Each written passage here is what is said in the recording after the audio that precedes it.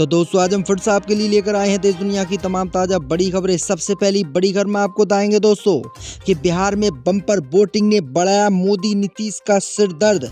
जब जब बिहार में हुआ ज्यादा मतदान तब तब चेंज हुई सरकार। बिहार में नीतीश मोदी की सरकार होगी चेंज, बन सकती है आरजेडी कांग्रेस की सरकार। मोदी अमित शाह को बिहार से लग सकता है बड़ा झटका। समाजवादी पार्टी के नेता अबू आजमी ने वंदे मातरम गाने से किया इनकार, तो बीजेपी नेताओं ने अबू आजमी के घर के बाहर गाया वंदे मातरम। अतीक अहमद की हत्या के बाद अतीक अहमद के वकील विजय मिश्रा बहनोई अखलाक की हाई कोर्ट ने जमानत याचिका कर दी खारिज। तीनों ने अपने आप को बताया बेकसूर। राहुल गांधी ने सेना को लेकर ऊंची जातियों पर साधा निशाना, बोले 10% ऊंची जाति का सेना में कंट्रोल है, 90% देश की जाति बेवकूफ है। गाजा पट्टी के बाद अब मुस्लिम देश यमन पर यहूदी और अमरीकियों ने मिलकर किया जोरदार हमला। सऊदी अरब ने भी दिया साथ। सऊदी अरब यहूदियों के साथ मिलकर मुस्लिम देशों को करवा रहा बर्बाद। तो दोस्तों सभी खबरों को आपको एक एक कर बताने वाले हैं। वीडियो को लाइक कर चैनल को सब्सक्राइब कर दें। इसी बीच पर तो दोस्तों अगली खबर की ओर, तो बिहार में बम्पर वोटिंग ने बढ़ाया मोदी नीतीश का सिर दर्द। जब जब बिहार में ज्यादा मतदान हुआ तब तब बदली है सरकार। दोस्तों आपको बता दें कि बिहार चुनाव 2025 का पहला चरण ऐतिहासिक बना। 121 सीटों पर हुए मतदान में रिकॉर्ड तोड़ 64.69% वोट पड़े और ये राज्य के इतिहास में अब तक का सबसे ऊंचा आंकड़ा रहा। 1951 से लेकर अब तक के सारे रिकॉर्ड इस आंकड़े ने तोड़ दिए। वहीं आपको बता दें कि अब खबर सामने निकल कर आई दोस्तों कि बिहार के चुनावी इतिहास में कई बार जब मतदान ज्यादा हुआ है तो वहां की सरकार बदली गई है। अगर दोस्तों बात करें तो इस बार बिहार में लगभग 5 से 6% मतदान ज्यादा हुआ है। इस मतदान को देखते हुए मोदी नीतीश का सिर दर्द शुरू हो गया है, क्योंकि जब जब बिहार में मतदान ज्यादा हुआ है तब तब सरकार वहां पर बदली है और ये बिहार का इतिहास है। तो इस बार भी कयास लगाए जा रहे हैं कि बिहार में बम्पर वोटिंग हुई है तो इस बार भी बिहार की जनता सरकार बदलेगी। तो ये बड़ी अपडेट आई दोस्तों कि मोदी नीतीश इस बार बिहार में हार रहे हैं और तेजस्वी यादव की सरकार बन सकती है। इसी बीच पर तो दोस्तों अगली खबर की ओर, तो अबू आजमी ने वंदे मातरम गाने से किया इनकार, तो बीजेपी नेताओं ने अबू आजमी के घर के बाहर गाया वंदे मातरम।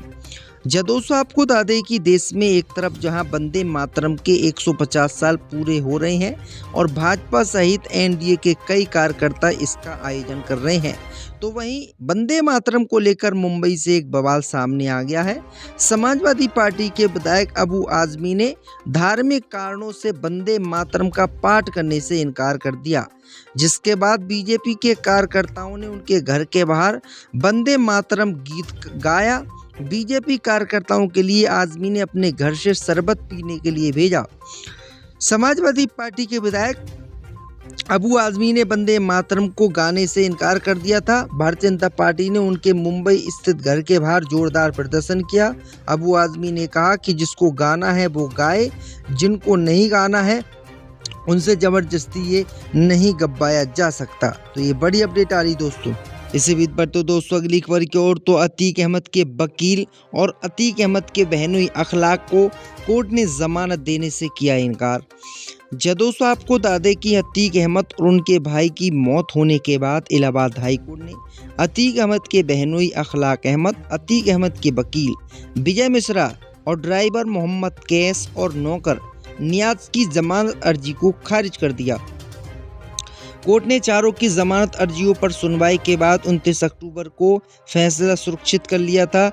शुक्रवार को जस्टिस शेखर कुमार यादव की सिंगल बेंच ने फैसला सुनाया।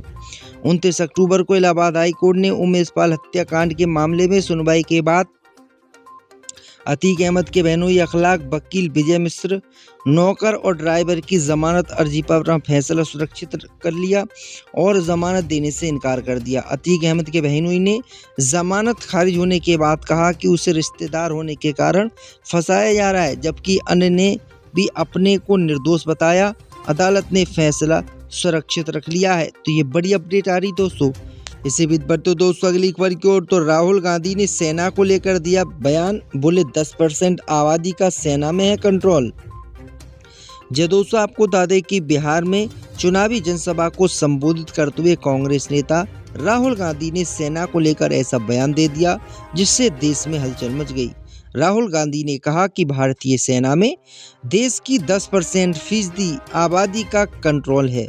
इसे लेकर बीजेपी ने कांग्रेस और राहुल गांधी पर पलटवार किया। कांग्रेस नेता ने अपने भाषण में किसान, मजदूर और गरीबों की अनदेखी करने का आरोप भी लगाया। कांग्रेस सांसद ने कहा कि गौर से देखो तो देश की 90% आबादी दलित, महादलित, पिछड़ी, अति पिछड़ी या अल्पसंख्यक समुदाय से है और 500 सबसे बड़ी कंपनियों की लिस्ट निकालोगे तो आपको पिछड़े या दलित समुदाय का कोई भी व्यक्ति वहां नहीं मिलेगा। वे सभी शीर्ष 10% से आते हैं। सभी नौकरियां उन्हीं के पास जाती हैं। सेना पर उन्हीं 10% लोगों का कंट्रोल है। आपको शेष 90% आबादी का प्रतिनिधित्व कहीं नहीं मिलेगा।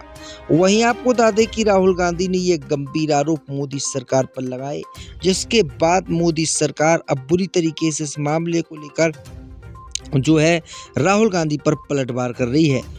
इसी बीच बढ़ते दोस्तों अगली खबर की ओर, तो बिहार चुनाव में बीजेपी सांसद गिरिराज सिंह ने मुस्लिम महिलाओं के बुर्का उठाने की मांग की तो भड़के चिराग पासवान, बोले बेवजह हिंदू मुसलमान करते हैं। जी दोस्तों, आपको बता दें कि बिहार विधानसभा चुनाव 2025 के पहले चरण का मतदान हो गया और दूसरे चरण के मतदान की तैयारियां शुरू हो गई हैं।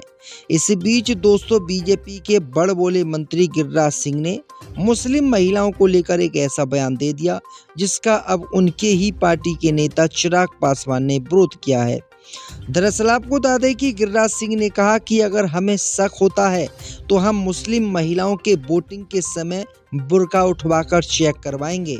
हमारे देश का संवैधानिक स्तर इतना गिरा है, देश संविधान से चलता है, किसी सरिया या किसी अन्य चीज से नहीं चलता है। गिरिराज सिंह के इसी बयान से उन्हीं की पार्टी के हिस्सा रहे चिराग पासवान भड़क गए। चिराग पासवान ने कहा कि मुस्लिम महिलाओं की आस्था है बुर्के में रहने की, अगर वो बुर्के में रह रही हैं तो इससे किसी को आपत्ति नहीं होनी चाहिए। और गिरिराज सिंह जो बेफालतू का बयान बुर्के को लेकर दे रहे हैं वो बिल्कुल गलत है। उनको बेवजह हिंदू मुसलमान नहीं करना चाहिए। तो चिराग पासवान ने गिरिराज सिंह की लंका लगा दी। इसी बीच बढ़ते दोस्तों अगली खबर की ओर, तो हूती विद्रोहियों के यमन पर एक साथ 3 देशों ने की स्ट्राइक, मिडिल ईस्ट में फिर मचा हाहाकार। दोस्तों आपको बता दें कि गाजा पट्टी के बाद मिडिल ईस्ट एक बार फिर जंग की ओर भड़क उठा है। यमन पर एक साथ 3 बड़े देशों इजराइल, अमेरिका और सऊदी अरब ने हमला बोल दिया है। यह हमला सीधे तौर पर हूती विद्रोहियों पर अल-कायदा के ठिकानों पर किया गया है।